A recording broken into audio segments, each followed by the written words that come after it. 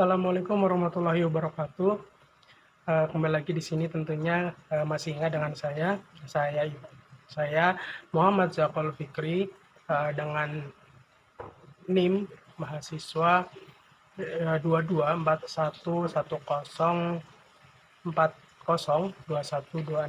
Nah, saya merupakan mahasiswa aktif semester 5 dari kelas 3 Pendidikan Agama Islam C. Nah, saya kali ini akan kembali membahas tentang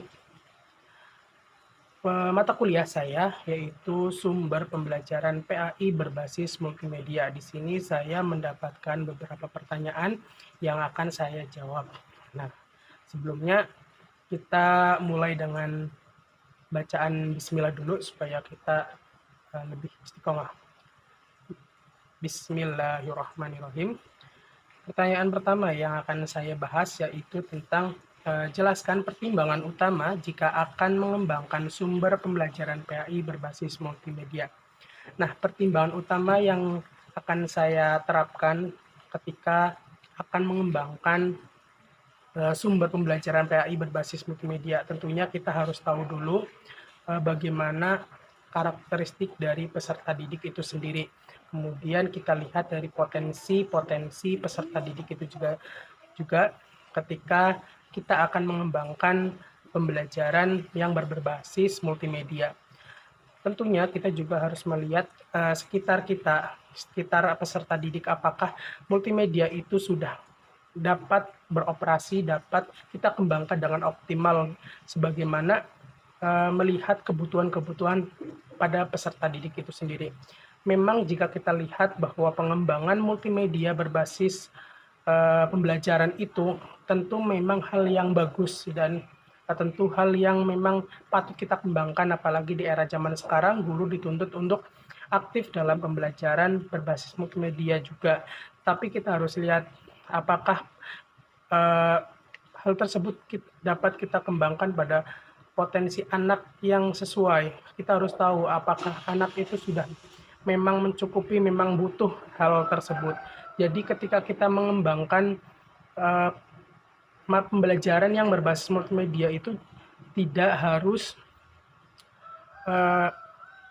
kita langsung menerapkannya, tetapi kita harus lihat bagaimana ketika penerapan itu apakah sudah mumpuni, apakah cukup, apakah sudah optimal untuk dikembangkan. Seperti itu. Karena jika kita tidak melihat apa kebutuhan, apa latar belakang anak supaya kita dapat mengembangkan, itu akan sulit untuk kedepannya. Apalagi masih ada daerah-daerah yang sulit dijangkau, sulit untuk mengenal media seperti itu. Selanjutnya pertanyaan yang kedua. Jika menjadi guru, sumber pembelajaran berbasis multimedia apa yang akan dikembangkan untuk pembelajaran fikih, SKI, akidah akhlak? Jelaskan bagaimana bentuk dan penggunaannya.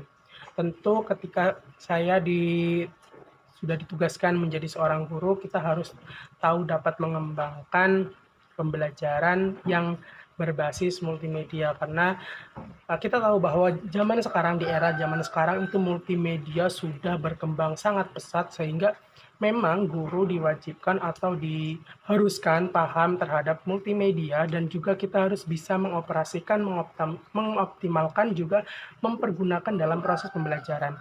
Kemudian apa sih yang akan saya terapkan, saya kembangkan dalam pembelajaran SKI, kemudian fikih, kemudian akidah akhlak.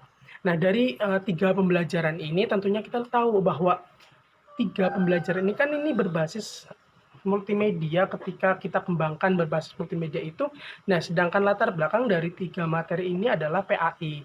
Nah, kita lihat bahwa PAI itu tidak semuanya berkaitan dengan dalil-dalil, kemudian dengan materi-materi yang memang harus diterangkan dengan cara ceramah, tidak. Jadi dengan adanya era digital saat ini, kita bisa menggunakan satu PowerPoint atau quizzes atau media-media pembelajaran lain yang bersumber dari aplikasi-aplikasi yang memang kita bisa kembangkan, bisa kita olah, bisa kita terapkan dalam pembelajaran 3 mata pelajaran ini.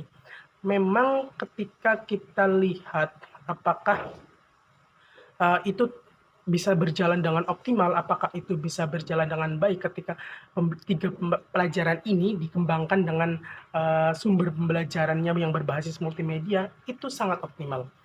Karena jika kita mau nonton dengan cara pembelajaran zaman dahulu yang menerapkan pola ajar ceramah, itu akan jauh lebih membosankan anak di era zaman sekarang. Karena zaman sekarang itu digital sudah banyak.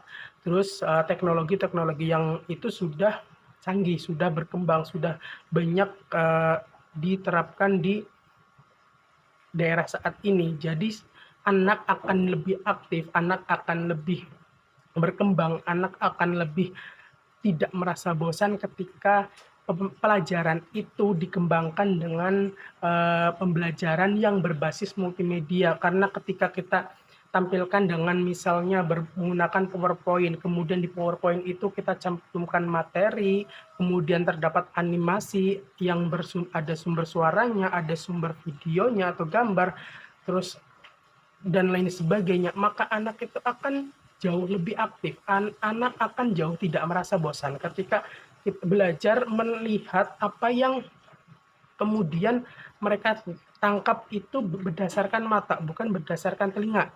Karena anak akan jauh cepat merespon. Kemudian kita menggunakan kuisis.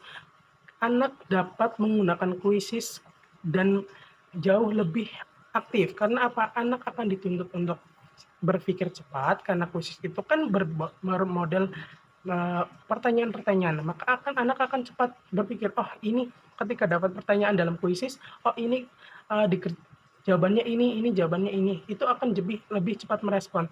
Apalagi kita lihat dari ketiga mata pelajaran ini sangat memungkinkan sekali, sangat bagus sekali ketika kita kembangkan dengan melalui multimedia. Jadi jangan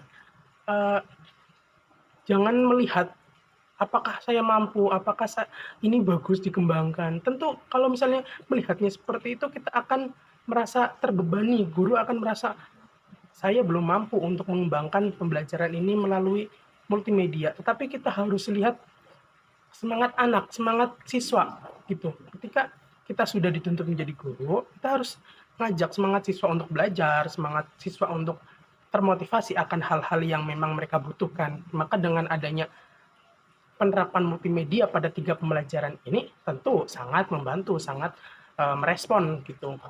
Selanjutnya saya akan membahas beberapa pertanyaan lagi, yaitu ada yang pertama, selanjutnya jelaskan apa itu AI dan karakteristiknya. Nah, kita tahu bahwa artificial intelligence atau AI itu merupakan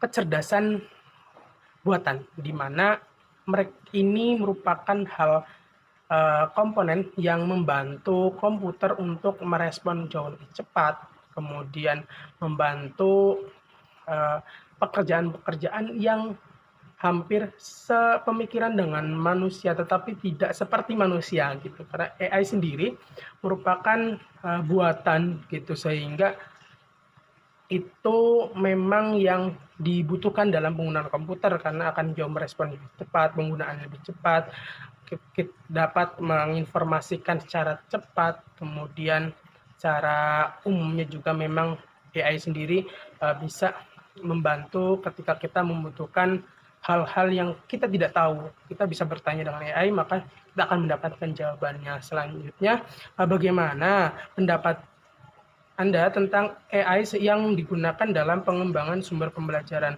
Tentu kalau menurut saya pribadi, penggunaan AI yang digunakan dalam pengembangan sumber belajar itu dapat membantu. Karena apa? Ketika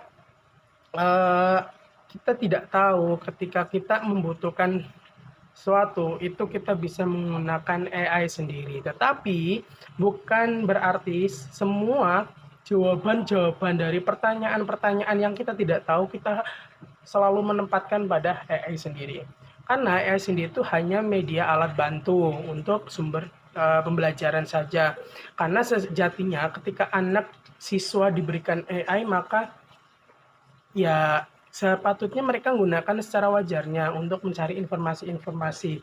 Karena masih ada guru yang mereka harus datangi, harus mendapatkan informasi itu berdasarkan dari guru. Kemudian AI sendiri itu bisa bagus dikembangkan dalam sumber pembelajaran, yaitu karena AI itu memiliki beberapa aplikasi pendukung AI seperti Quizzes, kemudian PowerPoint juga, dan masih banyak aplikasi-aplikasi lain yang memang bisa dapat kita gunakan, dapat kita uh, bantu untuk dalam proses pembelajaran seperti itu. Jadi itulah yang beberapa pertanyaan yang memang saya sendiri, menurut pendapat saya sendiri dan yang saya kembangkan berdasarkan pikiran saya sendiri.